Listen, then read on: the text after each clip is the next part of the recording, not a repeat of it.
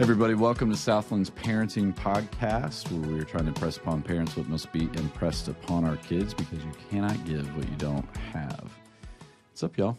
Hi. We good? How's it going? Everybody's a little nervous. We've got a controversial topic today. So for those of you who've been out there in space world listening to these podcasts in some sort of time continuum, whatever.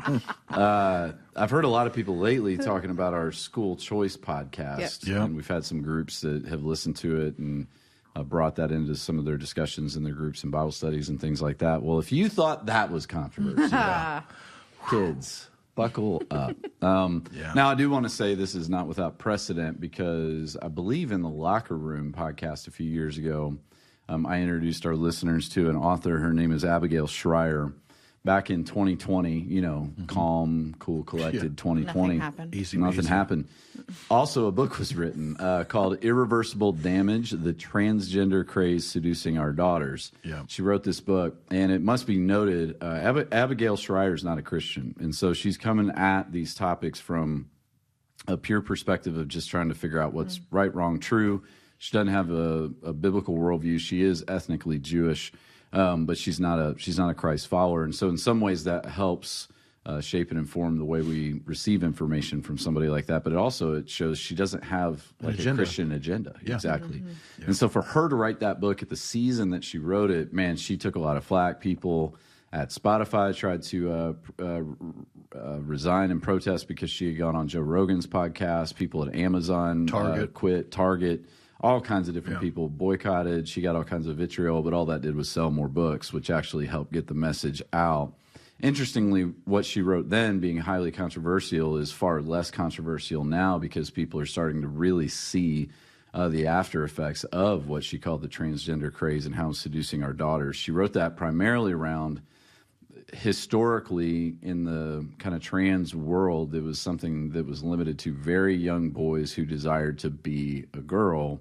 But we've seen this explosion of teenage girls who have wanted to become boys, and specifically this explosion has happened within friend groups, so within social circles. So her whole premise was, this is a social contagion.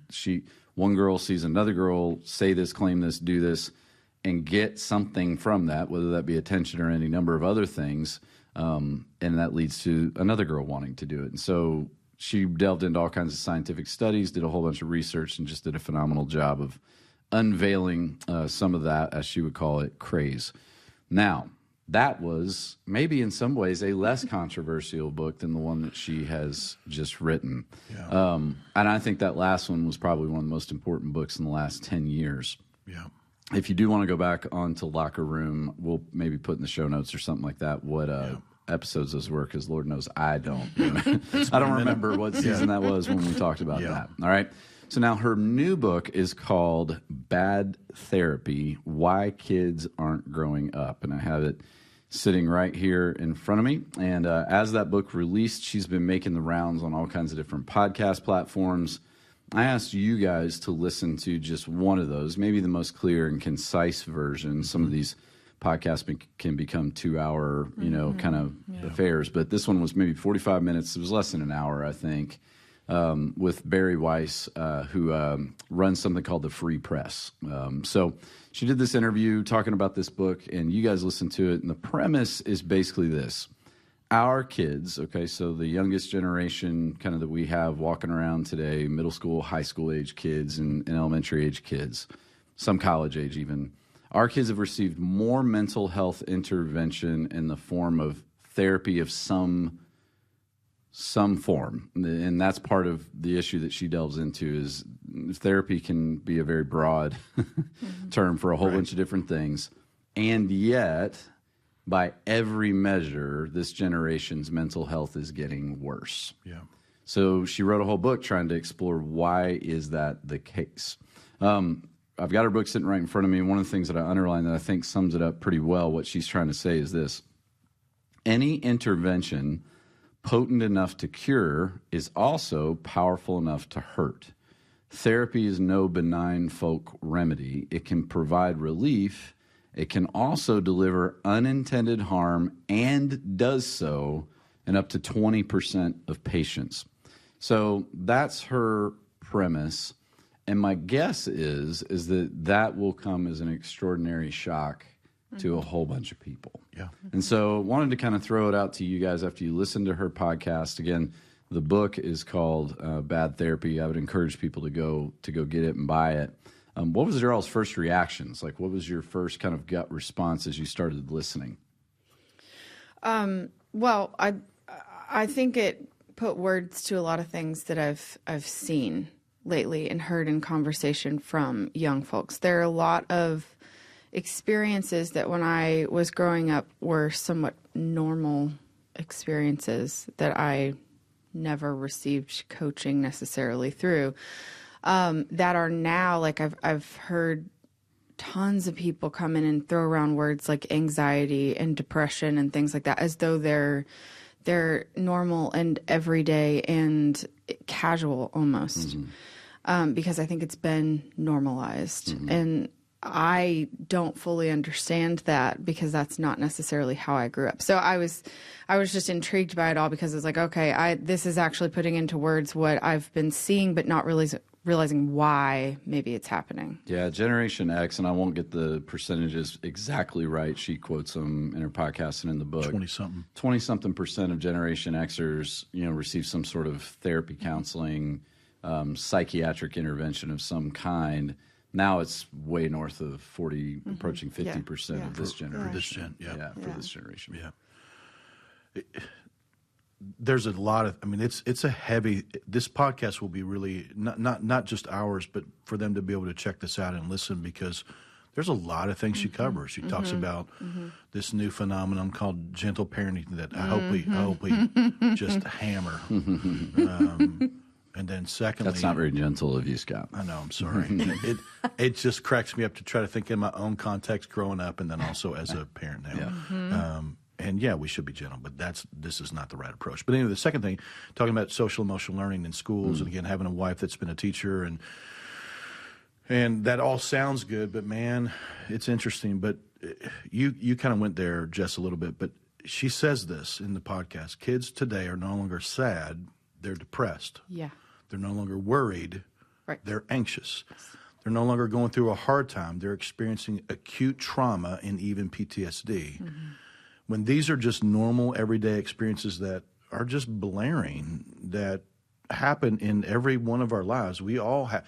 There's not a moment in anyone's life there's not something hard going on. Yeah. There's not. Yep. And so, but we use different words. And again, our culture's been really, really interesting on how we keep moving words and redefining words. Changing the dictionary, man. And so, and it feels like, along with a lot of woke theology and all those type of things, if I can use the right words for you, then I get to excuse my behavior. I get to resist any kind of accountability.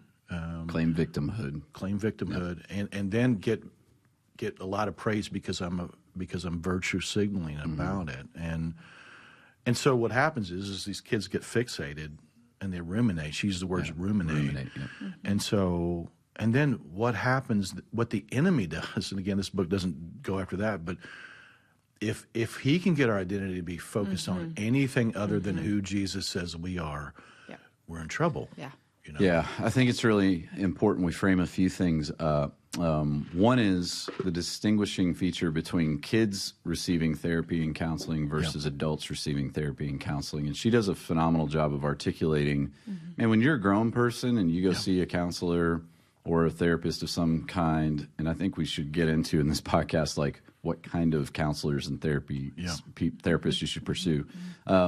You still have a whole lot of authority in that room. Now, you may not choose to engage it or have it or whatever, but there's a big difference between a little kid sitting in front of an adult who has control and can manipulate that situation versus me as a grown man sitting in front of.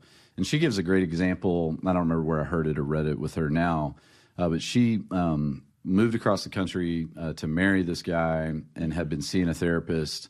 And that therapist actually told her, I don't think you're ready to marry him. I think you need to put the brakes on this marriage until we do some more work. We've got more work to do. She basically said, thanks for your advice, but no, married the dude, has been married for a long time and has a few kids with him, and things are going great, you know? Yeah. So, but her point being was, man, as a grown-up, I have the agency to go, thank you, appreciate it, goodbye, I'm out. I'm going to make my own decisions. Kids, it's a very different feature when you have a kid who's used to being submissive to adults, being told what to do by a counselor. The other thing is receiving wise counsel is biblical. I think we need to say that right out of the gate. Now, interestingly, if you go look up words that are similar to the word counsel or counseling or counselor in the Bible, what you'll find is that most often in the Bible we're to seek the Lord's counsel. And again, we can find that right here in the Bible, and the Holy Spirit is our counselor. And so I think it's really vital that Christian parents especially understand what they have at their, I don't know if I want to use the word disposal, but available to them in the Word of God and the indwelling of the Holy Spirit that should always, always, always trump any wisdom of any therapist, counselor, or anybody else that you might encounter out there. Which then I think speaks to, and if you are going to seek counsel from a person, whether that be formally or informally, if you're a follower of Jesus, that person needs to not only be a follower of Jesus, but they need to have a demonstrable biblical worldview. And we wrestle with this all the time because we refer people out to counselors here at church because of the sheer magnitude of the need. And I am all the time trying to vet the people that we refer people to, trying to make sure that, number one, they're a follower of Jesus. Number two, that they actually have a biblical worldview. Weiss has always said good psychology and good theology always work in tandem with one another, and I fully agree with that.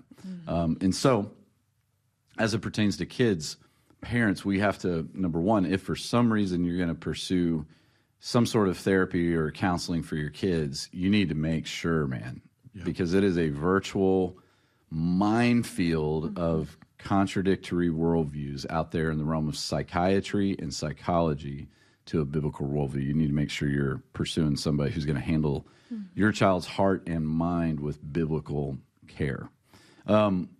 Something that really stood out to me, and this goes back to a book that was written even more years ago. I think it was like 2015-ish. There was a book that came out called The Coddling of the American Mind. I thought about that book. The book, The Coddling of the American Mind, there was the premise was two authors were saying if you were trying to draw up or create the perfect environment to make very fragile people, you couldn't do a better job than what we currently have on American college campuses.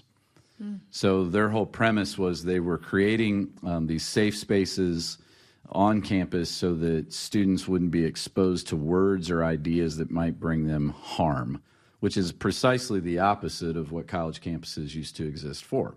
College campuses used to exist to be exposed to new ideas that you may have never heard that are divergent and a great diversity of thought so that the best thoughts and the best ideas can win out in the free marketplace of good ideas. But what we've done is we've said, no, these kids can't handle that. That will trigger them. That will bring them trauma or traumatize them. So we have to create these safe spaces so that they're not exposed to words that might hurt them. At the time, the book was focused entirely basically on college campuses and how that was being done. What I sense that Abigail Shrier is doing is going, it's actually everywhere. It's everywhere. It's at the elementary level. It's at the preschool level. It's certainly at the high school level, and it's obviously at the major university level. So if you were trying to make weak, fragile, long-term dependence, you would do exactly what we're currently doing. And so that's the thing I think that parents and leaders have to wrestle with. I'm reacting in the moment to what you just said. But at what point then do you, as a parent, go, okay, now you can go be exposed to these things if throughout their entire childhood, middle school, high school, college, even young adulthood, they've never been exposed to making their own decisions or filtering things through their own level of discernment? At what point then does that happen, or does it? Yeah. I think it's interesting because in our school choice episode, we talked a little bit about this. Like, how do you decide, like, when is the right time that your specific child can be exposed to these different ideas and they can actually kind of handle it and process it and all that. And that's some of that parenting to the personality piece. But I think one of the underlying things that she's trying to say in this book and in her podcast is that children do have most often the inner resources necessary to be able to get through difficult things. Yes. And one of the things I like to kind of make this the equivalent of, we've probably all seen this happen. Like in Colorado especially, we had these little pocket playgrounds in our neighborhoods so that you could walk down the street and be on a playground. So that was a great way to get our kids' energy out and stuff. So all the time I would see the phenomenon where a kid would fall, like from the monkey bars or something like that, knock the wind out of themselves. And in that moment, when you see like a 4-year-old or a 5-year-old, they get the wind knocked out of them. Maybe they've never experienced that phenomenon before. It's a weird feeling. Yeah, they the air think leaves your body. They think I'm dying. Yeah. I can't breathe. I'm trying to breathe, and I can't. I think I'm going to die. Right. And so, but as a parent, you have this opportunity to go, breathe. You'll be fine. Yep. How you react. Or swoop in, pick them up, carry them home, and show them and teach them you can't push through pain. Right. Yeah. You can't do hard things. And when hard things happen, the thing that must happen is you must be taken away from it, coddled, rescued. Yes. Now, if your kid falls off the monkey bars, breaks their arm, we get to go to the emergency room. But you still go back to the monkey bars at some point. Yeah. And what we've done is we've flattened out everything to become trauma. And that's one of her big premises is that everything has become trauma, which in essence makes nothing trauma. Correct. So if you think about, I think you and I were talking about this the other day, Jess, like when the Me Too movement began, like a lot of well-intentioned things, it didn't take long for it to go off the rails when all of a sudden we're going, okay, someone who was raped is now being put in the same category with someone who had a construction worker whistle at them one time while they were walking down the street in New York. And you want to go, okay, one is trauma, the other is mildly annoying, you know, but they're not the same thing. Right. Correct. You know, and that's what we've done with our kids is we've flattened out all of these experiences and said, you've experienced trauma that is going to stick with you and cripple you for the rest of your life. Therefore, you have to have these accommodations and interventions in order to navigate through life. So if you guys are sitting here and you're going, okay, there's some parents listening to this right now and their hair is blown back. They're like, well, what are you guys talking about? You know, what? Some of them might be mildly suspicious. Like we're sitting here going, yeah, this explains some things. Others might be going, this is totally contradictory to everything that I've heard when I've gone to meet the school counselor or when I've been to the, you know, orientation day at the middle school or whatever that is. So what would be some of the initial things you might tell a parent as they're listening to this? You just said this. You can do hard things. And some of us grew up with hard things and we didn't have a choice. Right. And so sometimes what happens is those of us who grew up in hard things want to create no hard things for their kids. Or we just want them to have a better experience than what we had. And so we're just we're going to pad the walls and it's just going to be rainbows and unicorns all the time. We're going to have a blast. And the reality is life is not that. Right. And so as soon as we can help our kids understand that life is not fair, things are not going to always go your way, the world doesn't revolve around you, and there's an enemy that wants to still kill and destroy everything in your life, but Jesus has come to rescue us and give us abundance. Eyes need to be on him, and we can trust him because he's good. And it's what you said earlier, because I think so. You said this before you pick a counselor. Just when we look at the scriptures, God has already given us everything that we need in this, not just in this book, but when we come to know Jesus, we're like, oh my gosh, I'm a new believer, all those type of things, and he's already put the Holy Spirit in us. He's given us the body of Christ. He's given us gifts. He's promised us his presence, that he's never going to leave, never going to forsake. Now we're going to have to grow into what that means and what that looks like. But the reality is, we can say no to the enemy. We can move toward healing. We can do hard things. We can endure. And I don't remember which podcast we were on, I think, Nickel, but how do you build endurance? You carry something. Yeah. Yeah, if you want to build strength, you have to create resistance, period. You know, and what you're saying is sometimes you don't have to create it. Life will bring it to you. Yeah, but our job as parents is not to protect them from everything. And I know that feels the best-hearted person that listens to this goes, "What do you mean?" It's like, you know, and do I want my kid to? No, it's not my heart in it. But the reality is, there's so many things that I don't get to control, and there's so many things that are going to happen in my daughter's lives, both today, one day, and when they're out from underneath me. And if I don't help them navigate those things intentionally, then but then in some ways I'm harming them because I've not prepared them. And so, hey, it's going to be hard, but Jesus is enough. And I don't always know how it's going to work out, but he tells us that he's never going to leave or forsake, and that he's either going to take the storm away or he's going to grab our hand and we're going to walk with it. His grace will be enough. His strength is made perfect in our weakness. And so, all right.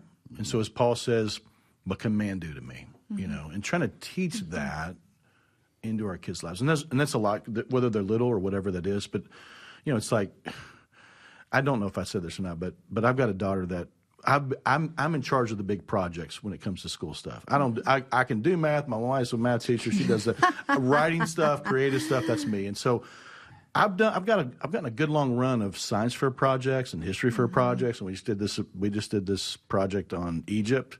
And man, at first, you know that they put this on you knowing that this will be a good thing for parents. When you're younger, this will be a good thing for them to do together. And, you know, and so you're like, thanks. Yep. Thanks. Yep. Well, what happens is you create a pattern, and then I've got a kid who goes, she's a little bit more passive. Dad, you did a good job on the last one. I mean, dude, I got better grades in her classes than I did in mine. Than you did in your original ones, yeah. And so this last time we had this Egyptian project, and I won't say her name, but I'm watching her. I'm seeing this going, you know what? I think she's got to be more intentional. She's got to think about this before it gets here. You can't wait till the last minute.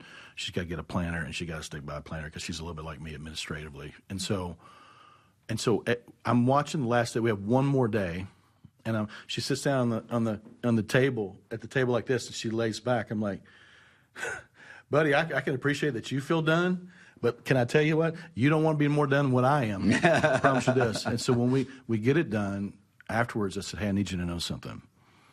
I'm not going to help. I can't help you like this. And so I know that we used to do that because you couldn't use scissors and all these kind of things.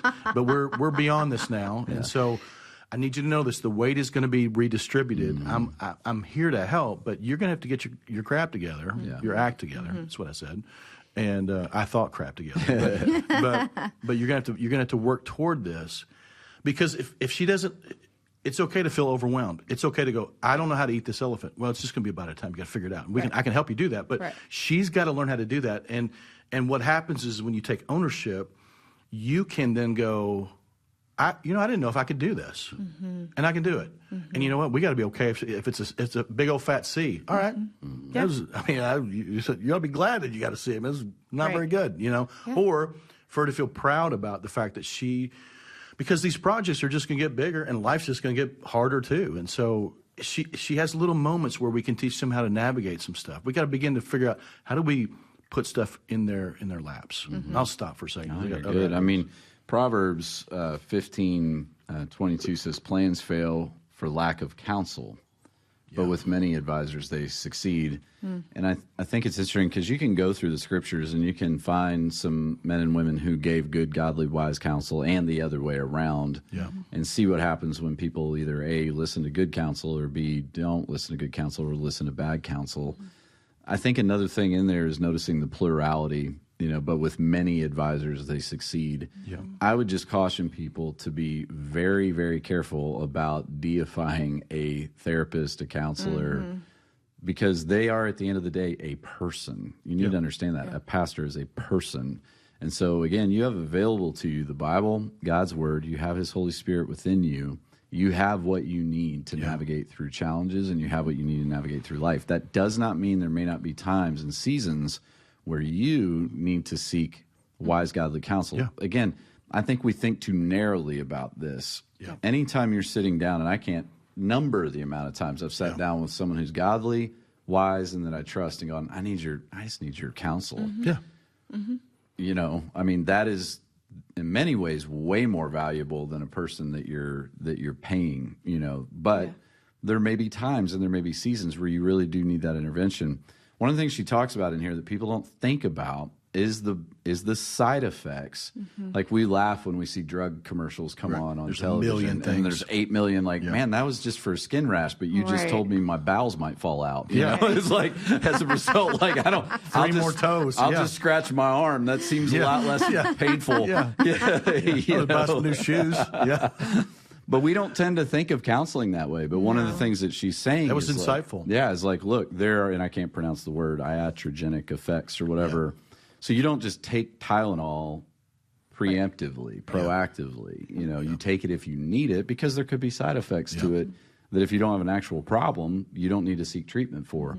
Part of her claim is we got a whole bunch of kids that don't need therapy, that are receiving therapy, and they're getting the negative side effects of it, which is in part at least explanatory of why we're seeing this rise in negative impact on mental health. Yeah, we've swung the other way almost, because when I was younger, counseling was like, there's a stigma to it where like you had to have been through something to be in therapy. And now, like the court assigned it. Yes. Right before the divorce. Absolutely. Who am I talking to? What's your name? Why am I doing this? Now we're like, it's the total opposite. Like, it's odd if you aren't or have not been. Something wrong with me? I'm not in therapy. Right. And there are seasons where counseling's really helpful, especially as an adult. Right. But if you're constantly in it, you're not really heading anywhere, right? Are you learning? I think on the adult end of the spectrum, that's something we've noticed and we've been challenged by here is we're seeing people who are viewing counseling as an ongoing maintenance, as if it were the same as going to the gym, and working out, and it's not the same. Right. It's not the same. And so what we've also noticed is people who have been in ongoing long-term counseling actually get worse. That's not universally true, but it's been very, very true. And just to, kind of rip this Band-Aid off, and it's one of the things that she talks about in the podcast, again, I forget which one because I've listened to several with her. If you're a ill-intended counselor who's motivated by money, and we need to understand there are those out there, okay? There are ill-intended pastors who are motivated by money, just so everybody knows. We know who they are. They're on TV usually. Although I'm on TV, so take that for whatever it's worth. That's right. If that's you and you're ill-intended and motivated by money, what kind of a patient do you want? Do you want a borderline personality disorder person? Do you want a paranoid schizophrenic? Do you want somebody who is just very, very, very challenging? That caseload would be really hard. The caseload would be super hard. You know what you actually want? You want a mildly anxious middle schooler with parents who have plenty of money and pay on time. And are not willing to dive in and actually do the work and try to figure out how to do it at home. That's right. That is right there a cash cow. And I know that's jarring to hear, but it's true. And so there are plenty of ill-intended folks out there, many good ones, many very good ones. But we have to be aware of that. Yeah, I mean, for us to say that not everybody needs counseling, I'm a big fan of counseling, meaning I think it's important. I think every once in a while you might need it. I have it. I've helped guys, families, marriages, people, even students at times go to it. What I don't think, and again, I want to be careful to say this, but I don't think that it means that you should probably have to meet with them every Thursday from 4 to 5 for the rest of your life. Right. And no good counselor would tell you that. And if I'm the counselor and Jess, you're coming to me and we just always meet together and it feels like your life is really not changing, it's getting worse, something is wrong. And it is either you, me, or both of us. Right. Yeah. I'm not helping you or you're not listening and we're not digging out the things that we need to. And that's really problematic. And so, and it's weird too, when you've got kids that go, You've got to really be able to get some understanding or some things signed so that you can even learn from those counselors as it is to what they're talking about. And so, and if they're over 18, you don't get to hear anything anymore. And so you're lobbing something at somebody that you're hoping by their credentials or by their occupation that they're going to be able to help you, but you don't even know if they are. And Yeah, we have we've so over magnified the word experts, in our culture, and we've become so dependent. Well, the experts say, well, you need to understand, experts are people. Yeah. And I've known plenty of very educated people who are very foolish, and plenty of very educated people who are very evil. And that's not an excuse to abdicate our parental responsibility to shepherd the hearts of our kids because some expert is telling us otherwise. Yeah. So I think one of the things we should kind of address is how do we help kids acknowledge feelings without becoming fixated on them? So one of the things she talks about in here is this idea of talk therapy can induce, you said it already, rumination. So you make a kid talk about something over and over and over again. Your cat died. How are you feeling about that today? Hey, your cat died. How are you feeling about that since last week? Hey, your cat died. How are you feeling about that since last month? You're actually introducing something that can cause a child to do the very thing that you're supposed to be helping them not do. Yeah. So, hey, don't think about chocolate. Every time I it's like wet paint. What's that make me want to do? Yeah. Oh, yeah, it's wet. Yeah. And it's like the people that we meet with too, like in ministry, people that we're trying to help them out. Sometimes I'll say, hey, listen, man, I'm not going to bring this up next time I see you. Probably going to leave it alone. Yeah. And I just want you to know that if you need something, you can holler back at me. But man, because this is not the totality of your life. That's right. And this doesn't have to define you. And so I want you to know that I'm here, but I'm just not going to ask you about your addiction or about your marriage or about your depression or about whatever this is going on. Because it doesn't define you. No, man. No, it's okay. It's okay. But if we just talk about it over and over and over again, you're just living in it. We'll never not. Yeah. And that might be the most heinous thing about this whole phenomenon is there's a potential to become defined by your diagnosis, whatever that may be. Yeah. Whether it's a real diagnosis or a bogus diagnosis. Yeah. And that is not biblical. Well, and it goes back to what you were saying where that becomes almost a crutch. Yeah. Or your crutch. Right? Or because then this is why Yeah. I didn't show up to work on time or I didn't get my homework done or whatever it is. Well, this is why. Yeah. And the cat story got me because we actually had a cat explain what she says about. Well, so our cat died, and it was the first real thing that my oldest had gone through where she was old enough to go, this is what's happening. She was heartbroken, and we are now moving, and she's buried. Yeah. You can exhume in the body? Backyard. We are not. You're not exhuming the body. No. Put them in a cooler or something. But she started crying about it the other day because I said, "Are you excited? We're moving. You're going to have a new house, you know." And she was like, "Yeah, but I'm actually a little sad." And I said, "Well, why?" And she goes, "Well, because our cat, we have to leave her here." And I was like, "Yeah, you're right." But and then turn it to here's where we're headed. New chapter. That was it. Yeah. There was no dwelling on the rest of it. And she didn't dwell on it either. She acknowledged it, and then this is something we're dealing with. We're moving on. Yeah. That kind of thing, where I cannot imagine as a parent if I were sitting there and going, are you okay? And I had to ask her every day, are you okay about this? Because I'm just reminding her of what she's dealing with. Yeah. Well, the case in point, I think one of the easiest ways to get to the reality of that, okay, and my kids by far they don't live on some big old farm, but we live on 7 acres. We got all these barn cats. We've had all these chickens, so several of those barn cats have been hit by cars, eaten by coyotes, picked up by chickens have been, there's carnage, feathers everywhere, and feathers I've had, so Bo's been 4 to 10 through that whole process, and those things bother him a little bit every time. Now, if you were to go back in time or even just go, talk to some farm kid who, has grown up around other carnage, they go, cats die. Yeah. My only point being is what made that kid strong and resilient?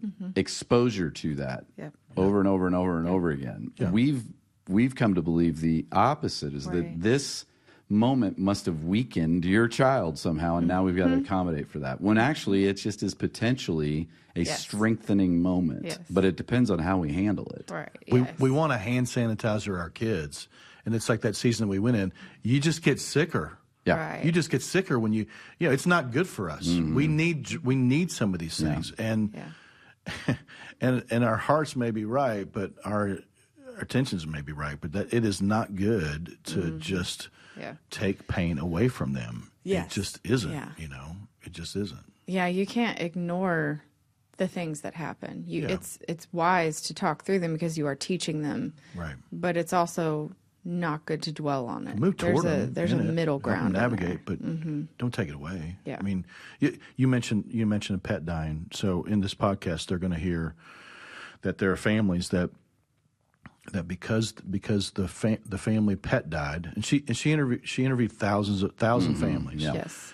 When the family pet died, they sent their kids to counseling. Yes. When they had a breakup, Yeah. they sent their kid to counseling. Yeah. When they had a Grandparent. grandparent pass away, they sent their kid to counseling. And these are all just regular things, man. Yeah. If you have a pet, they die. Yeah. Right. If you date somebody, there's a really good chance it ain't Yeah. going to make its way all the way to the Altar. to the altar. And if you have grandparents, They're gonna pass away. You're gonna likely go. to outlive them. Yeah. That's yeah, right. yeah. That's right. And so it's like, and the problem is I don't. It's baffling to me to think, how did we get there? Where, I can't help them as a parent wrestle through this. And again, you can have days and you can grieve, and we should teach our kids to grieve well, and we should talk about what that looks like. Yeah. But immediately going, hey, this is a hard thing. I won't engage for whatever reason, or it's because I'm trusting in experts, or because we just look around our culture and everybody seems fragile and weak. I'm not going to be able to help them through that. And so let me just write a check. Let me just Venmo this over here and push my problems into somebody else's plate so that somebody else can handle or address these things with your kids.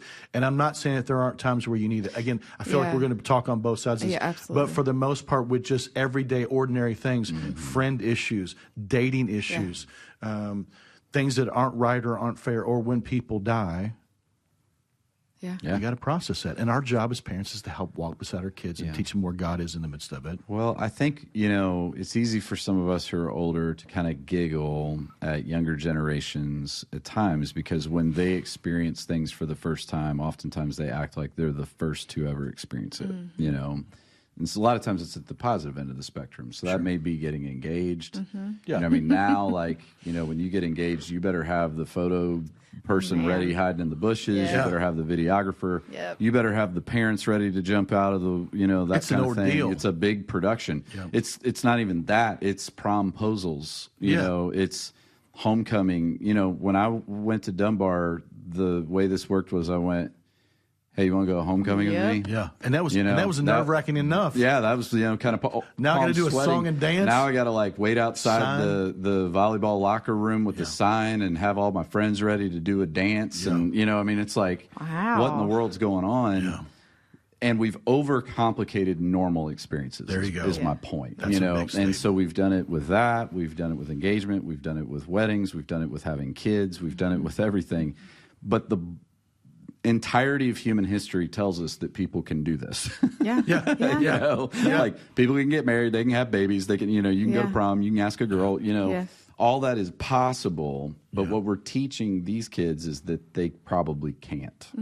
And no wonder they start to believe us at some point, which is really, really sad. Yeah.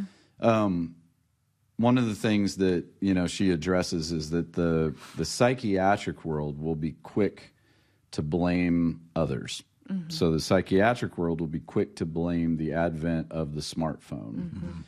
The psychiatric world will be quick to blame anxiety over climate change. The there's a handful of things that she addresses. One of her points is, well, we've seen this happening for 50 or 60 years, this downward spiral in regards to mental health. So while those things may be symptomatic or contributors, you can't entirely blame those things. And so let's say, for example, the smartphone was the problem, the problem. Sure. It's the source of all the mental health problems. Yeah. It's a problem. But let's say it was the problem. What should the psychiatric community, mental health community then do? Well, they should give a whole bunch of warnings about phones, right? Yeah. Like they figured out about cigarettes years ago. Sure. Right. Have they done that? No. No. Which begs the question, why? Yeah. So I mean, if they said, hey, you can smoke for 2 hours a day and then you'll be fine. Yeah. Hey, Kids are on their phones way more than 2 hours a day. Yeah. Right. Way more. And they're not saying anything about it. So, few of the things that she addresses, she says any intervention intended to help can harm. So she says talk therapy can induce rumination. We talked about that a little bit. Yeah. Social emotional learning handicaps the most vulnerable. And that is kind of that point alone may really raise the dander of some folks listening to this podcast, especially if you're in the public school world, because social emotional learning is such a huge part of what's being introduced into the school systems. And so I think one of the most poignant examples that she gives is she talks about a person who adopted some kids out of some extraordinarily traumatic, and the right use of the word, traumatic experiences. And she's this parent, this foster parent, has spent a significant amount of time and energy just to get these kids to a place where they can go to school and not have to think about their trauma.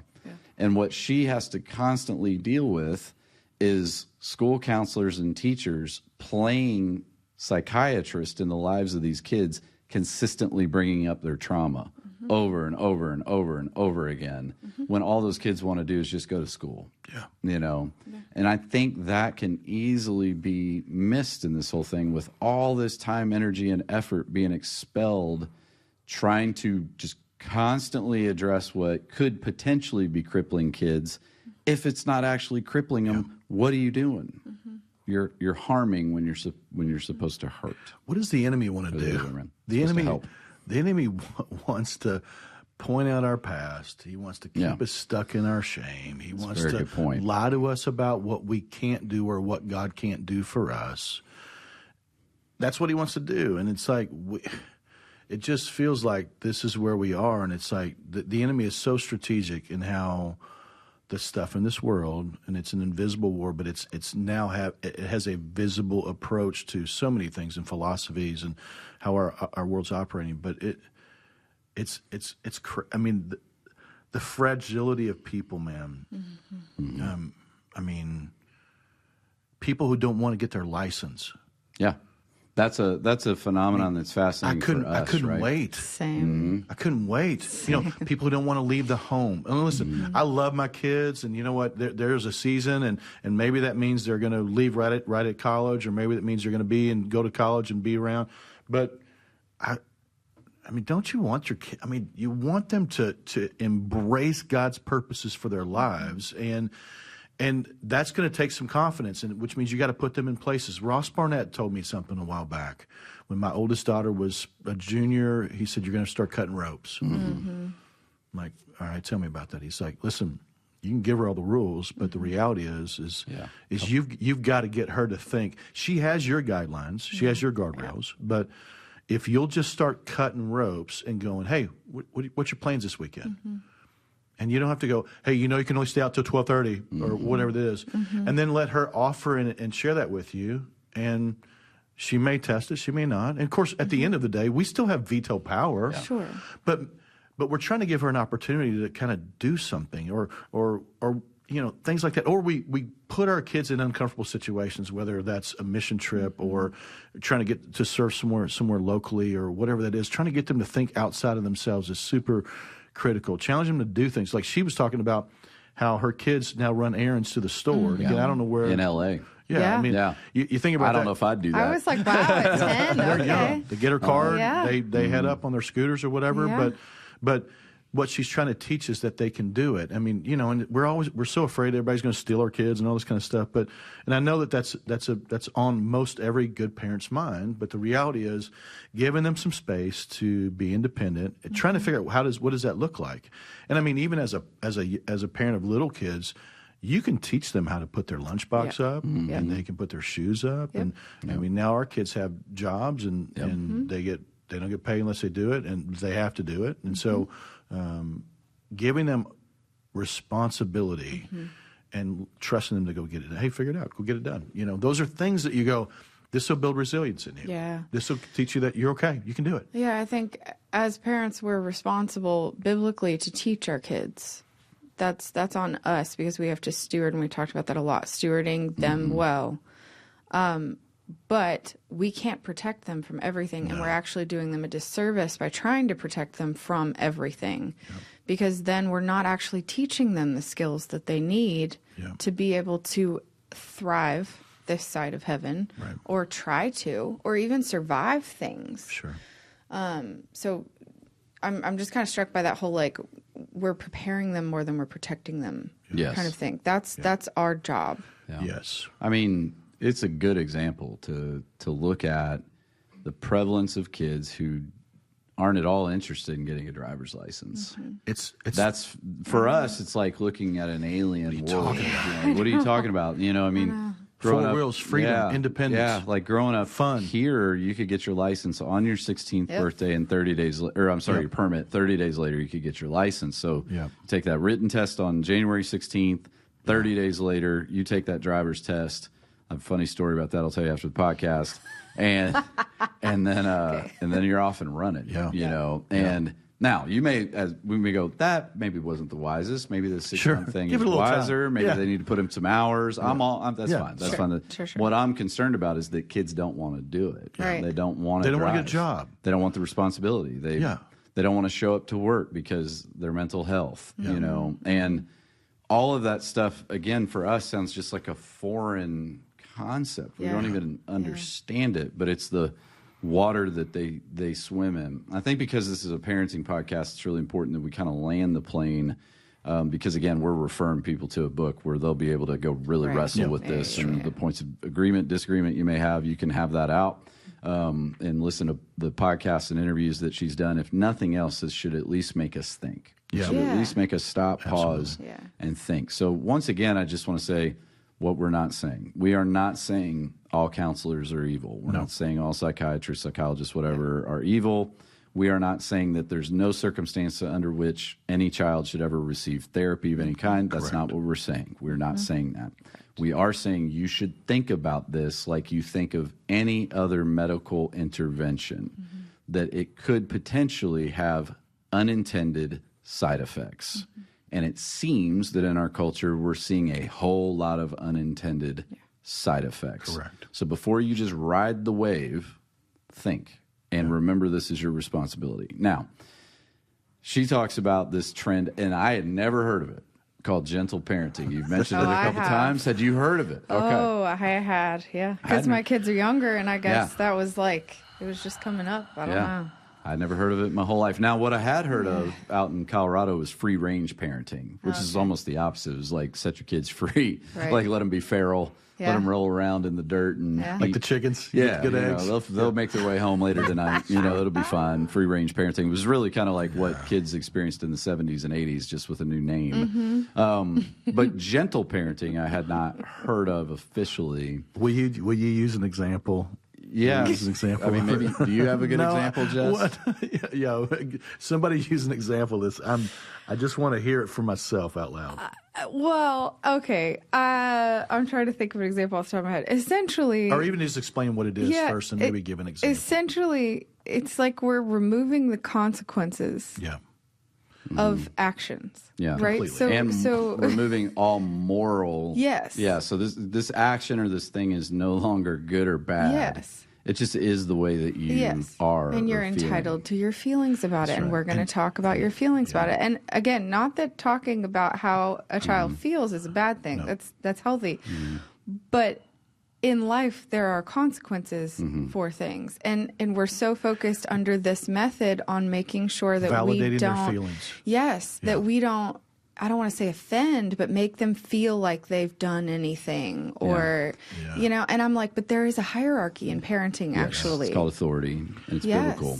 And we should use it. Because we're under authority, and it's biblical. They also need to learn that. And so a good example is oftentimes, you know, in years past, it was phrases like, use your words. You know, now it's become, what do you feel like doing right now, Johnny? Do you want to grit your teeth or stomp your feet or smash your pillow or do?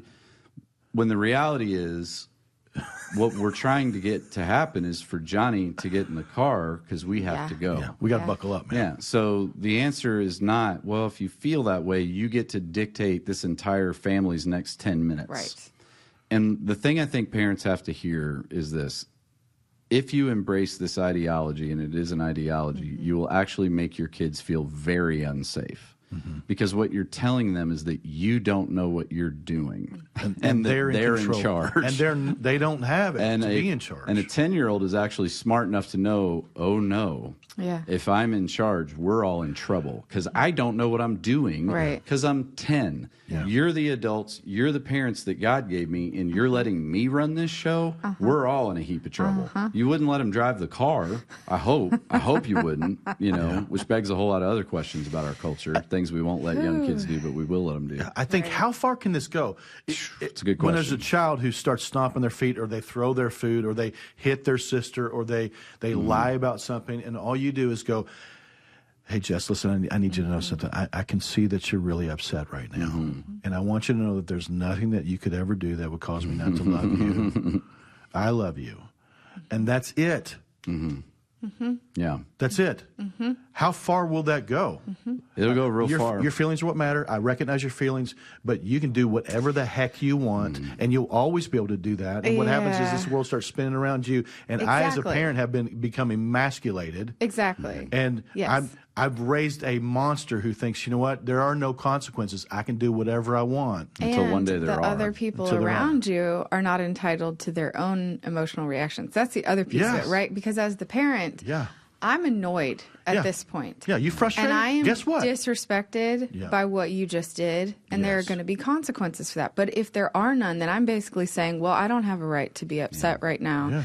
I have no authority over you. Go to town. Yeah, she tells a story of being on a plane where there was a child seated, I think, in front of her, around her somewhere, that was just screaming, and this was an older child, not like an infant, and I've been that parent where I've had a kid that's disruptive on a plane, so I'm sympathetic, because normally back in the old days, the person who wants that kid to be quiet the most is the parent. Something shifted to now it has become, well, what do you want? How can I help you? What do you really need? When really what needs to be said is, shut your mouth. You're not the only person on this plane. Hey, enough. Be quiet. Yes. That's right. And if you don't, there will be consequences. And so it's called gentle parenting, or earnest parenting is what this thing is called. Yeah. So our listeners are probably more steeped in this world than I have been. But it doesn't surprise me. But what it continues to teach is that kids are little gods, and that they must be sacrificed to. And so an entire room must be sacrificed to a small child who's decided to throw a temper tantrum. And when you create those little monsters, don't be surprised when they become bigger monsters when they grow up. If I were to walk in here, and you're over here, beating the fire out of Jess. Sure. I wouldn't walk in and go, now, I don't Scott. know if I could do that. Now, Scott. I would never do that. Now, Scott, let's use our words. Let's I'm going to tackle you, and we're going to fight. And then we'll figure out what happened later on. She hit me with a hammer, That's right. Well, okay, but what I saw was, it's like, but when you ask the question, where will this stop? Nobody likes slippery slope arguments until they wake up at the bottom of the mountain and wonder where their skis are. It's like they always turn out. All these things that we go, well, if we allow this, then one day that. People go, oh, no, that would never happen. And then it does. So about 2 years later. The Bible says, God will not be mocked. A man reaps what he sows. That's right. A parent will reap what they sow. And a defiant, rebellious kid who's focused on their feelings being validated, and there's no accountability and no expectations and no guardrails and no punishment, there is a way. She makes a distinction between authoritative parenting and authoritarian parenting. And so authoritarian parenting is cold and distant, no relationship, no love, just hard and fast rules, just punishment and reward. Even legalism can be that. That's very what much I was so. thinking, And then authoritative. Authoritative is simply, I'm in charge, I'm accountable before God, for you and for me and for your mom, and so the buck will stop with me, and you can trust me. I have good intentions towards you, and so when I say stop, that means stop. When I say let's go this way, it means let's go this way. And as they get older, the answer to the question why can be explained more often. Sure. But when they're little, I don't need to explain why you I need don't to have to I don't have to exactly. explain myself. Because your safety's at stake. You know, as you get older, you get the opportunity to have more freedom, and you get to get the whys behind this. I've used this example in a sermon so many times I don't even remember where the original study was done, where they removed a fence from a playground. Yeah. And the theory was, what will happen if we remove this fence from around this playground where these kids play day after day? The thought being, man, the kids will scatter. They'll really, maybe they'll run into the road. They'll get in places they shouldn't go. Let's see what they do. Took the fence away, and what did the kids do? They all stayed closer to the actual swing set playground and didn't get anywhere near the perimeter that they used to get to. Why? Because you took away the boundaries. Yeah. And it creates insecurity in kids when you take away the boundaries. When you give them boundaries, security. Yeah. That's good. And that's what I think especially Christian parents just need to hear, is that you've been entrusted. You've been given these kids, and you're the authority that God and no one else, you know. And so a math teacher will not stand before God one day and give an account for how they parented your kid. You will. A counselor won't stand before God and give an account for how they parented your kid. You will. And so this buck is coming back to us as parents, so we better not abdicate it to others. And that third area you were talking that you didn't mention is permissive parents. Yes, permissive parents. No boundaries. That's just do whatever you want. No rules, no expectations, no accountability.